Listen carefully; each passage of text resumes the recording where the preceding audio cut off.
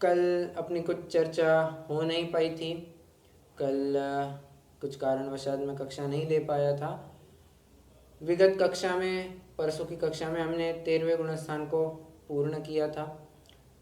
तत्पश्चात आज 14वें गुणस्थान की चर्चा करके हम इस गुणस्थान के विषय को कंप्लीट कर सकते हैं।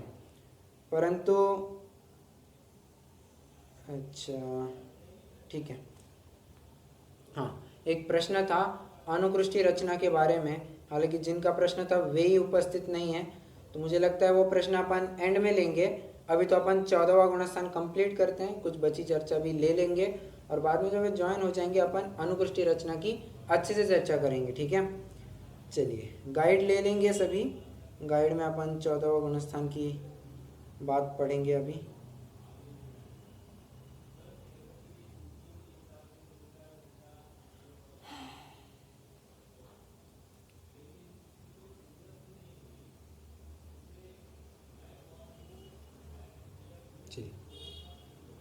पृष्ठ क्रमांक 177 है, प्रश्न क्रमांक 70 पढ़ेंगे, गाथा पढ़ेंगे।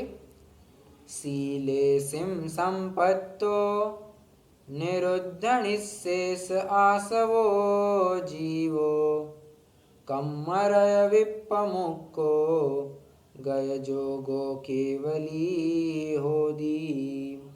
गय गत, जोगो योग, केवली बीत गया है योग जिनका ऐसे केवली, अर्थात अयोग केवली जिनके बारे में बात कर रहे हैं। ठीक है, अयोग केवली जिन उन्हें कहते हैं। किन्हें कहते हैं?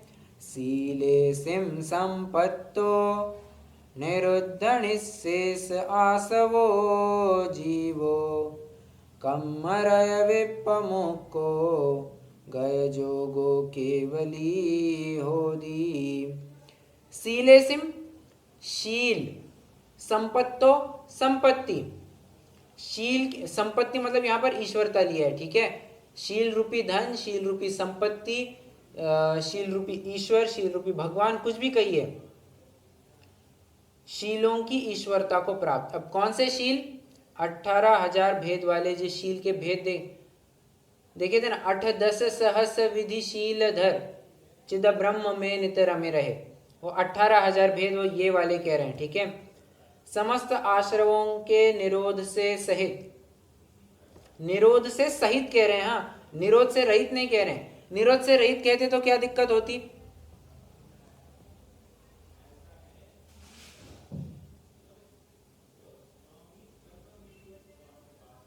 बोलिए, निरोध से रहित कहते तो क्या होता? मतलब आश्रमों को रोका नहीं उन्होंने। बराबर, आश्रवों को रोका नहीं है, ऐसा अर्थ बनता है। लेकिन आश्रवों के निरोध से सहित है। ठीक है, देखिए इन्होंने थोड़ा सा नेगेटिव इनटू नेगेटिव ऐसा बोला है। ओके, कर्म रूपी रज से विशेष रूप में और प्रकृष्ट रूप में मुक्त जीव योग रहित अयोग केवली है। ठीक है, अब इनके पास बंध विच्युति एक भी नहीं होती है, मतलब सॉरी, एक्सट्रीमली सॉरी, इनका बंध एक भी नहीं होता है। बंध विच्युति अब इनकी पूरी हो गई है। देखिए यहाँ पर कोइंसिडेंस भी कैसा है, 14वें गुणस्थान में योग नहीं होता और कर्माकर्षण किसको लेकर के होता है? योग को लेकर के होता है। बराबर, अब जब योग ही नहीं तो कर्माकर्षण काय का संभव नहीं है। दूसरी अपेक्षा देखिए, हम गुणस्थान अपेक्षा देखते जा रहे थे, कैसे कैसे बंध विच्युति का स्तर ऊपर बढ़ते जाता है। 16, 25, 0, 10, 4, 6, 1, और कैसा था फिर 36, और आगे कितना देखा था? 36 के बाद 5, 103, 103 में 16, 103 में 16 हो गए 119 और 1। इस प्रकार से अपन ने बंध विच्युति का स्तर देखा था। 13वें गुणस्थान तक बंध पाया जाता था, अब 14वें गुणस्थान में उसका भी अभाव हो जाएगा और साता वेदनीय का बंध भी रुक जाएगा। दोनों तरफ से लगा लेना, बंध विच्युति भी रुक गई है और कारण क्या है? योग का भी अभाव हो गया। योग नहीं है, बंध भी नहीं होगा। ठीक है, चलिए आगे बढ़ते हैं। मुनि दशा संबंधी 84 लाख उत्तर गुणों और शील संबंधी 18,000 भेदों से सहित गुणस्थान के अंतिम समय में ही सम्यक चारित्र की परिपूर्णता होने से संपूर्ण रत्नत्रय संपन्न होने के कारण ये पूर्ण संवर और पूर्ण निर्जरामय निराश्रवी निर्बंध दशा संयुक्त है। एक प्रश्न आपको थोड़ा एक उपस्थित हुआ होगा, इन्होंने चारित्र की पूर्णता अब भी कैसे कही? क्यों चारित्र की पूर्णता अपन कब कहते हैं? बिना देखे जवाब देंगे। चारित्र की पूर्णता कब कहते हैं? 10वें के अंत में सद्गुण होने चला जाता है तो इस अपेक्षा से बराबर। चारित्र मोह का अभाव हुआ, हम क्या कहेंगे? ये चारित्र प्रकट हो गया, इनका चारित्र की पूर्णता हो गई है। उसके फलस्वरूप हमने यथा क्या चारित्र भी कहा था, बराबर। मान के चलिए क्या 13वें गुणस्थान में अपन कहते ही हैं परम यथा क्या चारित्र हो गया, परंतु यहाँ पर कह रहे हैं नहीं, चारित्र की पूर्णता तो 14वें के अंत में होगी। अब ये बड़ी अटपटी बात हो गई, कौन सी बात सही माननी चाहिए? ठीक है, अब कौन सी बात सही माननी चाहिए, इसके लिए हमारे पास हर बार एक ही उत्तर होता है, स्याद्वाद का आश्रय लेना चाहिए। अनेकांत का आश्रय लीजिए, अपेक्षाओं को विचार कीजिए, आपको दोनों उत्तर समान मिलेंगे। और देखिए कर्णानियोग के सूक्ष्म कथन है, क्या सही क्या गलत हम डिसीजन नहीं ले सकते, हम सिर्फ अपेक्षा समझ सकते हैं, बराबर। देखिए अब पहली अपेक्षा हम समझते हैं जो अत्यंत सरल है, छोटा बच्चा भी कह देगा कि भैया चारित्र की पूर्णता कब होगी? चारित्र मोह खत्म हो गया, चारित्र मोह का अभाव हो गया, हम चारित्र की पूर्णता कह देंगे, सिंपल, इसमें कोई दिक्कत नहीं। ये अपेक्षा पहली करेक्ट। अब दूसरी अपेक्षा विचार कीजिए। देखिए शुद्धोपयोग, अब जो अपन ने शुद्धोपयोग का प्रकरण देखा था ना छेड़ाला में, शुद्धोपयोग कब कहाँ कैसे, वो प्रकरण अब थोड़ा सा यहाँ पर लागू होगा, थोड़ा सा विचार करना। कौन से प्रकरण में देखा था? द्विविध संग बिन शुद्ध उपयोगी मुनि उत्तम निज ध्यानी। ये पंक्ति की चर्चा करते वक्त हमने अभी जो चर्चा चलेगी उसका थोड़ा सा सारांश देखा था। देखिए शुद्धोपयोग कभी कभी चारित्र गुण की पर्याय कही जाती है, कहीं आपको ज्ञान गुण की पर्याय कही जाएगी। ओके, फिर से चारित्र शुद्धोपयोग आपको कहीं चारित्र गुण की पर्याय कही जाएगी, कहीं आपको ज्ञान गुण की पर्याय कही जाएगी। ठीक है, शुद्धोपयोग कहिए, ध्यान कहिए, अभी एक अर्थवाची लेंगे। ठीक है, तो ध्यान ये कभी ज्ञान गुण की पर्याय कही जाती है, कभी चारित्र गुण की पर्याय। ठीक है, अगर आप ध्यान को चारित्र गुण की पर्याय मानते हैं, क्या कहा? ध्यान को आप अगर चारित्र गुण की पर्याय मानते हैं तो देखिए ध्यान कहां तक पाया जाता है, प्रश्न है मेरा। अंतिम शुक्ल ध्यान कब होता है? बराबर, 14वें के अंत में अंतिम शुक्ल ध्यान होता है। अब ध्यान ये हम चारित्र की पर्याय कह रहे हैं, बराबर। तो जब तक सारे वो अंतिम शुक्ल ध्यान पूरा नहीं होता है, हम उस चारित्र की पूर्णता कैसे कहें? ओके, ये दूसरी अपेक्षा हो गई। कितने जनों को दोनों बातें समझ में आ रही है? क्योंकि ये बहुत बहुत बहुत महत्वपूर्ण बात है। हो सकता है आपको पेपर में भी ये क्वेश्चन पूछ ले और ना पूछे, परंतु आपको ये बात ज्ञान में होनी चाहिए कि चारित्र की पूर्णता किसी अपेक्षा से 14वें के अंत में भी कही जाती है। ठीक है, आपको बताऊं, इसमें और आप जितना डीप एनालिसिस करते जाएंगे ना, उतना और आपको सारांश मिलेगा इसमें से। बताऊं, चलिए और इसकी थोड़ी और चर्चा करते हैं। जानते हैं चारित्र की पूर्णता तो चौथे गुणस्थान को प्रकट करते से ही चारित्र की पूर्णता बोल दी जाती है। कैसे? अरे सम्यक दर्शन ज्ञान चारित्राणि मोक्ष मार्ग, और अपन मोक्ष महल की प्रथम सीढ़ी किसको बोलते हैं? सम्यक दर्शन को, चौथे गुणस्थान को बोलते हैं। बस इससे अपन सिद्ध कर सकते हैं कि चारित्र की पूर्णता, या व्यवहार रूप से नहीं कह सकते, बट किसी अपेक्षा से हम सम्यक चारित्र ये चौथे गुणस्थान में भी कहेंगे। ठीक है, कहीं कहीं आपको चारित्र की पूर्णता छठवें गुणस्थान में कहीं मिलेगी, वो चरणानियोग की अपेक्षा समझना। चरणानियोग कहेगा कि भाई जहां पर सकल चारित्र प्रकट हो गया, 28 मूल गुण का पालन होना चालू हो गया, 5 महाव्रत के धारी हो गए, खेल खत्म, ये पूर्ण चारित्रवंत है, अब इसके ऊपर और कुछ नहीं हो सकता। ये चरणानियों की अपेक्षा वो छठवें गुणस्थान को पूर्ण संयमी मानता है, मतलब चारित्र की पूर्णता वहां पर मानता है, मुनिराजों को सम्यक चारित्रवंत कहता है। अब कर्णानियों के एक कदम और आगे बढ़ते हैं, मतलब चरणानियों के एक कदम आगे बढ़ते हुए कर्णानियों की एक विशिष्ट अपेक्षा को विचार करते हैं। कौन सी? चारित्र मोह जब तक उपलब्ध है ना सत्ता में, जब तक उसका अभाव नहीं होता ना, तब तक हम कहेंगे कि चारित्र की पूर्णता नहीं हुई है। जैसे ही चारित्र का पूर्ण अभाव हो गया, हम कहेंगे कि हाँ ये चारित्रवंत है, अब चारित्र की पूर्णता यहां हुई है। ये कब कहेंगे? 10वें गुणस्थान के अंत में। और अगर हम चारित्र यह ध्यान की पर्याय मानते हैं, तो ध्यान तो 14वें गुणस्थान के अंत तक होता है, मतलब वहां पर अंतिम शुक्ल ध्यान होता है, बराबर। तो जब तक वो शुक्ल ध्यान नहीं होता है, समस्त कर्मों का अभाव नहीं होता है, हम चारित्र की पूर्णता कैसे कहें? ये भी एक अपेक्षा समझनी चाहिए। देखिए बात एक है, एक बात की अपन ने 2 विवक्षाएं निकाली, 2 विवक्षाओं की और चर्चा करते करते 4 विवक्षाएं निकाल दी। तो जहां जैसा प्रकरण, मैं हर बार कहता हूं, जहां जैसा प्रकरण हो वहां पर वैसी अपेक्षा लगानी चाहिए। ये सुनकर के हमें बिल्कुल भी अचंभा नहीं लगना चाहिए कि चौथे गुणस्थान में चारित्र की पूर्णता कैसे कही, और किसी अपेक्षा से 14वें गुणस्थान में भी चारित्र की पूर्णता नहीं कही है। कितने जनों को चारों बातें समझ में आ रही है? मैं सबसे हाथ सुनना चाहूंगा, एक भी रहेगा ना मैं आगे नहीं बढ़ने वाला हूं।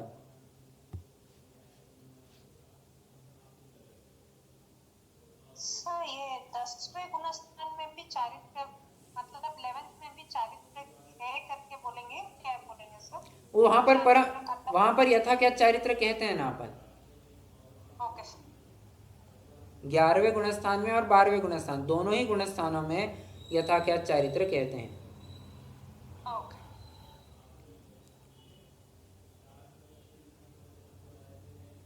समझ में आया क्या? ये छठे गुणस्थान में किस अपेक्षा से लिया? चरणानियों की अपेक्षा से।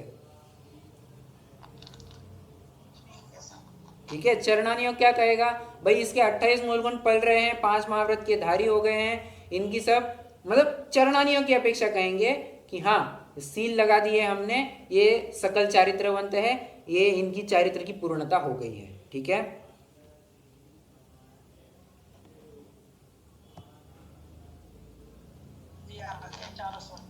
ओके। सबको सिर्फ 2 जनों से हाँ, 3 जनों से हाँ मिला है। नहीं भैया जी, बड़ा गया। ओके ओके ओके, ठीक है। क्या बात है डॉक्टर साहब?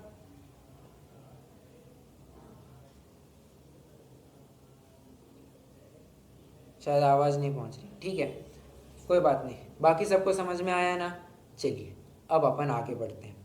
ये बातें ना मैं आपको बोल रहा हूँ, ये बहुत इंपॉर्टेंट है। मैं आप जब भी कोई एक महत्वपूर्ण विषय होता है ना, मैं आपको पता है, मैं बोल के दिखाता हूँ कि हाँ ये अत्यंत महत्वपूर्ण विषय। समझने की अपेक्षा, आप समझ लेंगे तो एग्जाम तो क्या ही चीज़ है, एग्जाम तो फिर ऐसे ही हो जाएगा।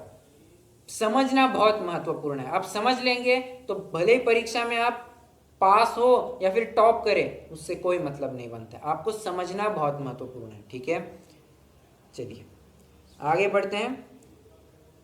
यहाँ अब अयोग पद आदि दीपक होने से ये और गुणस्थानातीत सिद्ध भगवान सदा योग रहित ही हैं। आत्मस्वरूप में परिपूर्ण स्थिरता की निमित्तता में यहाँ उपांत्य समय में 72 और अंत समय में 13 इस प्रकार शेष रही समस्त 85 कर्म प्रकृतियों का अभाव हो जाता है। देखना, 85 कर्म प्रकृतियों का अभाव कब होता है? 14वें गुणस्थान के अंतिम 2 समयों में। कोई ये पढ़ करके एक प्रश्न कर सकता है, ये तो कितनी खतरनाक है कि अंतिम सेकंड, अंतिम समय तक साथ नहीं छोड़ रहे हैं, इतनी खतरनाक प्रकृतियां है, तो व्यर्थ में ही तुमने घाती कर्मों का इतना क्या कहना चाहिए, हाइप बना के रखा है। घाती कर्म, घाती कर्म, घाती कर्म, क्या तो है घाती कर्म में? ये तो देखो, ये 85 है, 85, जो कि कहां तक चल रही है अपनी 14वें गुणस्थान के अंतिम 2 समयों तक। प्रश्न है मेरा, आपकी क्या राय है इस संबंध में? उससे भले पित्यासी हो लेकिन उसका कोई जोड़ नहीं है इतना, तो उसका समय होगा चली जाएगी। जबकि घाटिया कम तो जो है वो अपना जो मूल स्वभाव उसको ही घात कर देता है ना। करेक्ट उसको लैंग्वेज बोलते हैं। Correct correct right. अरे घाती कर्म तो इतनी शुद्धता भी प्रकट नहीं होने दे रहा था। घाती कर्म तो अज्ञान बनाए रख रहा था, दर्शनावरण पूरा बना हुआ था। और क्या कहना चाहिए, अंतराय कितनी आ रही थी, मोह कितना हो रहा था। मोह के अभाव में तो पहला ही गुणस्थान पार नहीं होता है। अब 14वें की बात करते हैं, बराबर। तो घातिया नाम से ही पता चलते हैं, तो तुम्हारे मूल स्वभाव को घात कर रहा है, इसलिए इसका अभाव करना पहले आवश्यक है। और 85 प्रकृतियों का घात करने के लिए कोई विशेष पुरुषार्थ नहीं लगता, मतलब अपेक्षा है, हाँ, कोई विशेष पुरुषार्थ नहीं लगता। 13वां गुणस्थान एक बार प्रकट कर लिया तो वैसे ही नाश होने वाला है उनका। सिद्ध में जाने के लिए उनका नाश होने ही वाला है। परंतु मोह का अभाव करने के लिए, ज्ञानावरण दर्शनावरण अंतराय का अभाव करने के लिए मेहनत लगती है, कड़ी मेहनत लगती है, आत्मोन्मुखी पुरुषार्थ लगता है, तब जाकर के ये हो पाता है। वरना मोह का अभाव करना इतना सरल नहीं है। ठीक है, चलिए, यह अंतिम गुणस्थान कलंक सूचक संसारी विशेषण वाले जीव की अंतिम स्थिति है। इसके बाद सदा सदा के लिए उनके संसारी विशेषण का अभाव हो जाएगा।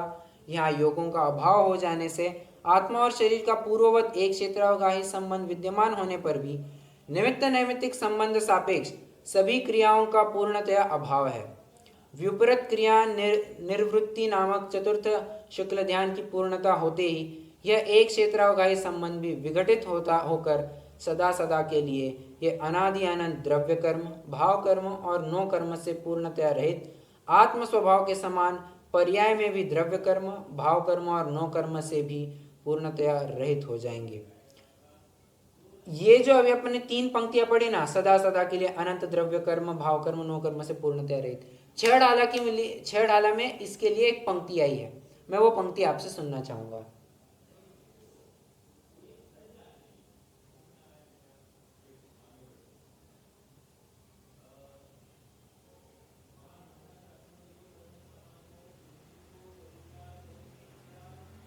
बोलिए।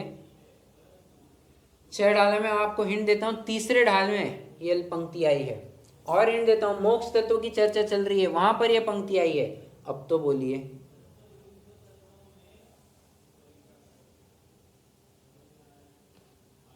ज्ञान शरीरी त्रिविध कर्ममल वर्जित सिद्ध महंता ते है निकल अमल परमात्म भोगे शर्म अनंता। बराबर आ रहा है क्या? त्रिविध कर्ममल वर्जित, ठीक है। और त्रिविध कर्ममल कैसे? द्रव्य, एक मिनट सुनिए, द्रव्य रूप से तो शुद्ध हो ही है ही, अब पर्याय में भी वो शुद्धता प्रकट हो गई है।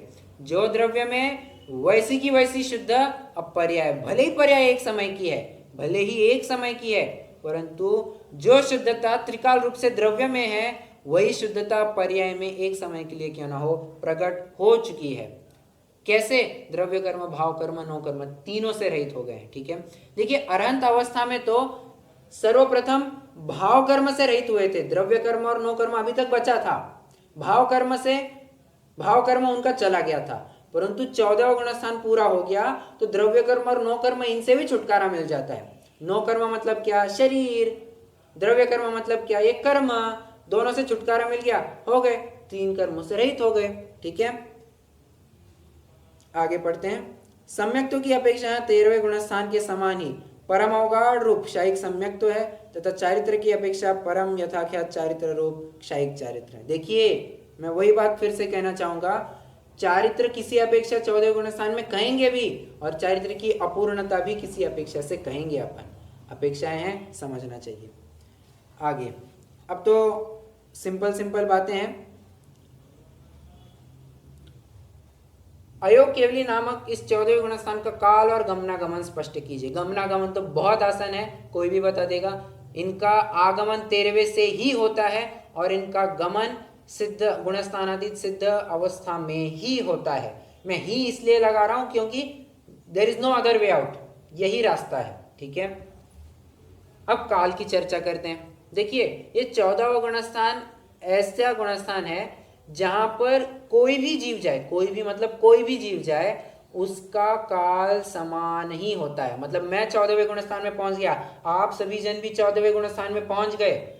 जानते हैं हम सभी का समय, मतलब जो इंटरवल है ना 14वें गुणस्थान का, टाइम इंटरवल, टाइम इंटरवल भी नहीं कह सकता,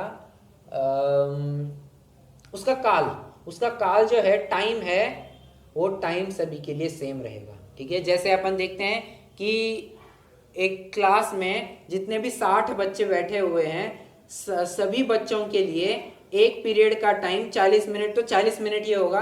किसी के लिए 20 मिनट या किसी के लिए 45 मिनट, ऐसा नहीं होगा, सभी के लिए 40 मिनट ही होता है। उसी प्रकार 14वें गुणस्थान में जितने भी अरंत होते हैं, सभी का काल एक समान ही होता है। एक समान होता है, बट कितना होता है? 5 ह्रस्व अक्षरों के मंद स्वर से उच्चारण बराबर उनका काल होता है। ध्यान रखना, इन शब्दों की तरफ गौर कीजिए। 5 ह्रस्व अक्षरों का मंद स्वर से उच्चारण, 5 ह्रस्व अक्षरों का मंद स्वर छोड़िए, उच्चारण प्रमाण अंतर्मुहूर्त काल होता है। ठीक है, कौन से 5 ह्रस्व अक्षर? अ, इ, उ, रु, लृ, आउट। गुणस्थानातीत सिद्ध भगवान हो गए। कहते कहते ही सिद्ध हो जाते हैं। देखिए कितनी विशेष बात है।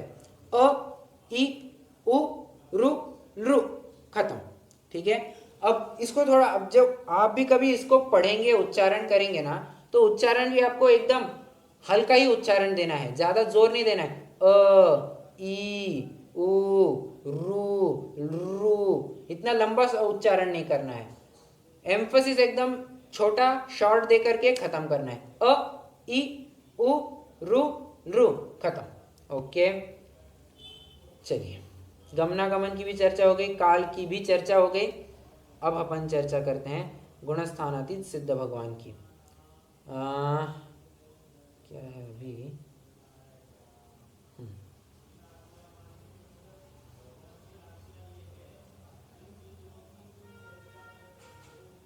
नहीं तो एक काम करते हैं अपन, चलिए, सिद्ध भगवंतों की जो चर्चा है, गुणस्थानातीत सिद्ध भगवान का स्वरूप स्पष्ट कीजिए, प्रश्न क्रमांक 72, इसकी चर्चा अपन कल करेंगे क्योंकि ये एक थोड़ा लंबा विषय है। आज अपन एक अनुकृष्टि रचना जो है उसकी चर्चा करने वाले हैं। अभी जो अनुकृष्टि रचना की चर्चा मैं करूंगा, उपयोग आपको अत्यंत सूक्ष्म रखना है, नोट जितनी ज़्यादा कर सकते हैं उतना ज़्यादा नोट करना है, और थोड़ा मैथ्स भी अच्छा यूज करना है। ठीक है, चलिए, अनुकृष्टि रचना की प्रश्न आया था, अनुकृष्टि रचना का स्वरूप बताइए। मैं हालांकि इन शॉर्ट बताने वाला था, बट मैंने मानस बनाया कि चलिए अब चर्चा करनी है तो अच्छे से डिटेल में चर्चा की जाए। ओके, अनुकृष्टि रचना। देखिए, अनुकृष्टि रचना, पहले तो आप चाहे तो नया हेडिंग बना करके लिख सकते हैं, अनुकृष्टि रचना।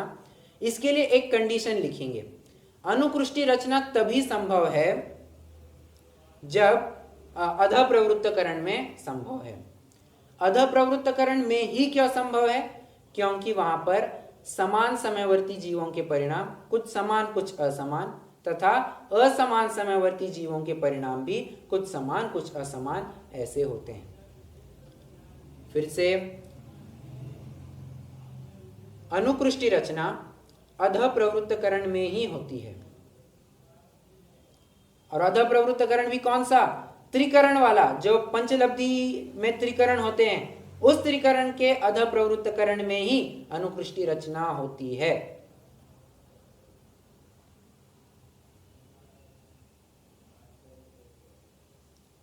नहीं नहीं नहीं, सॉरी सॉरी सॉरी, कुछ गलत बोल गया मैं।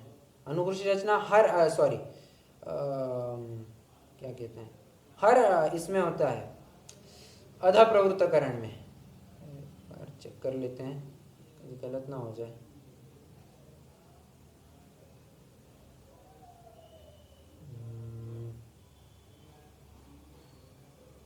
पूर्वकरण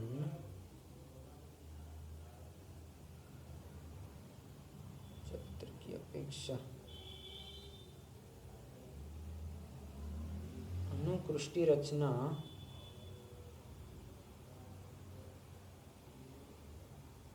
हाँ, बराबर बराबर कहा मैंने। 8वें गुणस्थान, सॉरी 7वें गुणस्थान के उत्तरार्ध में अनुकृष्टि रचना नहीं होती है। ठीक है, बराबर। ये आप अगर देखना चाहें, हाँ जी, भैया जी सातवें गुणस्थान में होती है, साथ ही से अप्रमत संयत में है ना, वो उसमें लिखा है भैया जी, 9th नंबर का पॉइंट में। कहाँ लिखा हुआ है? वो क्वेश्चन नंबर है 44, हाँ उसमें वो स्वस्थान अप्रमत संयत दोनों में डिफरेंशिएट किया हुआ है ना, हाँ हाँ।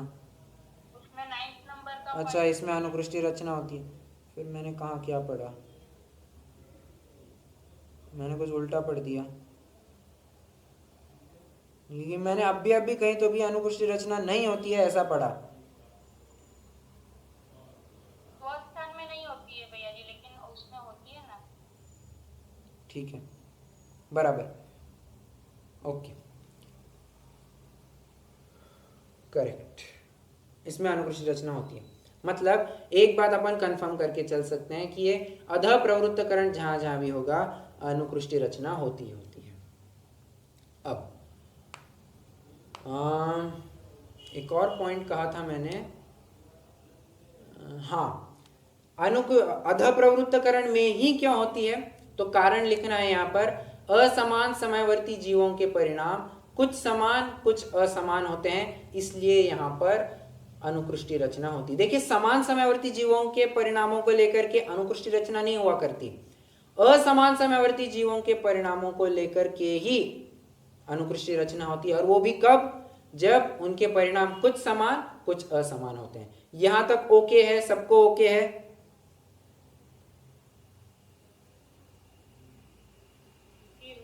ओके, चलिए अब प्रवर्तन में ही होता है, बस समान जीव असमान समयवर्ती जीवों के परिणामों, समान परिणाम और कुछ असमान, और असमान जीवों के, सुनिए सुनिए, ध्यान से सुनिए, ये असमान समयवर्ती जीवों के परिणाम कुछ समान कुछ असमान होते हैं तभी होता है। समान समयवर्ती जीवों के परिणामों को लेकर के अनुकृष्टि रचना नहीं हुआ करती।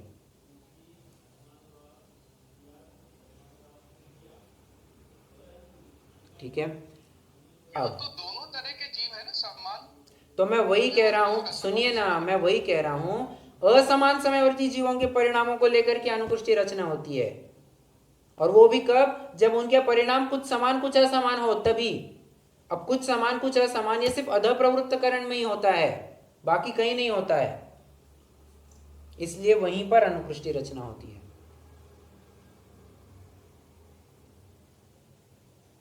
ठीक है, अब इसमें कुछ समान समय वाले भी है ना। तो मैं वही कह रहा हूं, समान समयवर्ती जीवों के परिणामों को लेकर के अनुकृष्टि रचना नहीं होती है। असमान समयवर्ती जीवों को कंसिडर करना है।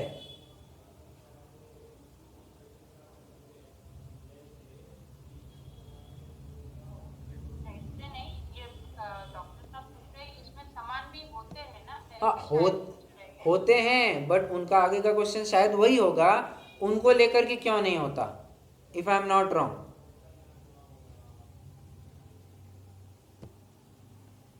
ऐसा लगा जब दोनों तरीके के हैं, समान हाँ, परिणाम वाले, असमान परिणाम वाले, बराबर, आप बोल रहे हैं असमान परिणाम वाले जीवों में ही, और उनमें भी कुछ समान और कुछ असमान परिणाम होते हैं। करेक्ट होगा ये। Correct correct. और नहीं, और जो समान परिणाम वाले जीव हैं उनमें फिर ये नहीं होगा। नहीं, उनमें नहीं होगा। ओके ओके, ठीक है। ठीक है,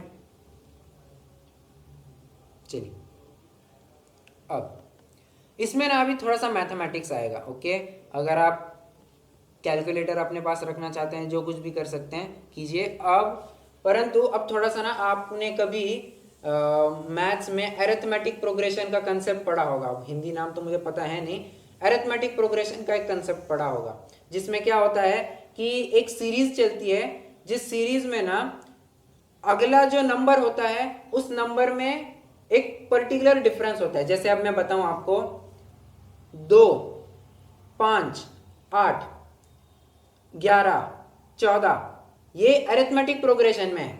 इनमें सभी में एक समानता क्या है, सभी अंकों में समानता क्या है, मतलब दो अंकों में समान क्या डिफरेंस है? बराबर, जो लगकर नंबर आते हैं उनमें समान डिफरेंस होता है, ठीक है। अब मान के चलिए मेरे पास ऐसे कुछ एक पर्टिकुलर नंबर है जिनका मुझे टोटल निकालना है, ये अरिथमेटिक प्रोग्रेशन के नंबर्स हैं जिनका मुझे टोटल निकालना है। तो उस टोटल के लिए ना एक फॉर्मूला हुआ करता है, ठीक है। पहले वो फॉर्मूला नोट डाउन कर सकते हैं, फिर अपन इसकी अनुकृषि रचना की चर्चा प्रारंभ करेंगे।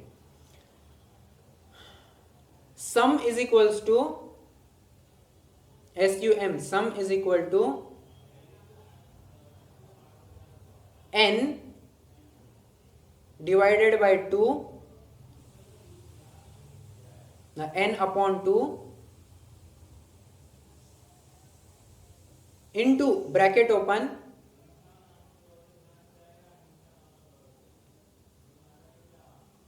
2a, 2 into a। अब n क्या है, a क्या है, मैं सब बताऊंगा आपको, सिर्फ फॉर्मूला लिखिए अभी। 2a, फॉर्मूला हाँ, sum is equal to n upon 2, n/2 नहीं है, n/2 है सर। हाँ वही n अपॉन 2, ओके, मतलब n डिवाइडेड बाय 2। नहीं सर, n/2 बोलते हो, n into n है। अरे क्या कहा आपने, n अपॉन 2 मतलब n डिवाइडेड बाय 2 होता है ना। Divided by 2. Undivided by 2. n upon 2 and n divided by 2 is same thing. हाँ, she is saying, Same thing. हाँ, लिख के बैठो। हाँ सर, अब मैंने अभी लिखा हुआ नहीं है ना। n/2 is n into n and n divided by 2 is n/2। No no no, It is impossible. n/2 है तब। Okay, Divided by 2. Let's not get into all this technicalities. मैं आपको फॉर्मूला बताऊं, n डिवाइडेड बाय 2, आप इतना लिखिए, n divided by 2 bracket open 2a, 2 into a या 2a कुछ भी कहिए, प्लस फिर से bracket open n minus 1 bracket close multiplied by n minus 1 bracket close करेंगे multiplied by d, d d d for देव हो गया, और वो जो पहली ब्रैकेट ओपन की थी वो क्लोज कर दीजिए। ये फॉर्मूला है, ठीक है। अब यहां पर बस फिर से इसका फॉर्मूला गड़बड़ हो गया थोड़ा सा। अरे डिवाइडेड बाय 2 हाँ, into 2 into a, ये ब्रैकेट क्लोज करना है। ब्रैकेट n डिवाइडेड बाय 2 किया ना, उसके बाद ब्रैकेट ओपन करना है, हाँ जी, ओके। 2a ओके, प्लस हो गया। n माइनस 1 n minus 1 1 वो ब्रैकेट में इंटू d, into d, हाँ, d for Dev, Dev, okay okay, right, into d, right, okay, thank you. और ब्रैकेट क्लोज, ठीक है। अब यहाँ पर n क्या है, d क्या है, n-1 into d बोलते हो, सिर्फ उसका ही d, उससे मल्टीप्लाई d हो रहा है या नहीं as the whole sub- मैं वही कह रहा हूँ, n माइनस 1 को ब्रैकेट है yes sir, तो इसलिए d सिर्फ उसी को मल्टीप्लाई करेगा, n माइनस okay 1 sir, को, thank you। ठीक है। अब क्या है ये सब मैं आपको बताता हूँ। n मतलब कितने नंबर है, मतलब जैसे मैंने आपको अभी सीरीज बताई थी 2, 5, 8, 11, 14, इसमें कितने अंक है,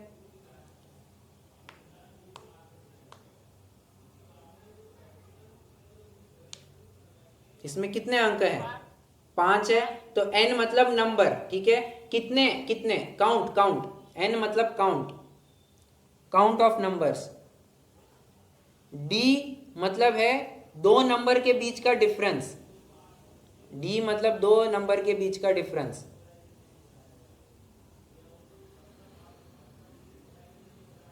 ए मतलब है पहला नंबर, जो सबसे पहला नंबर है वो,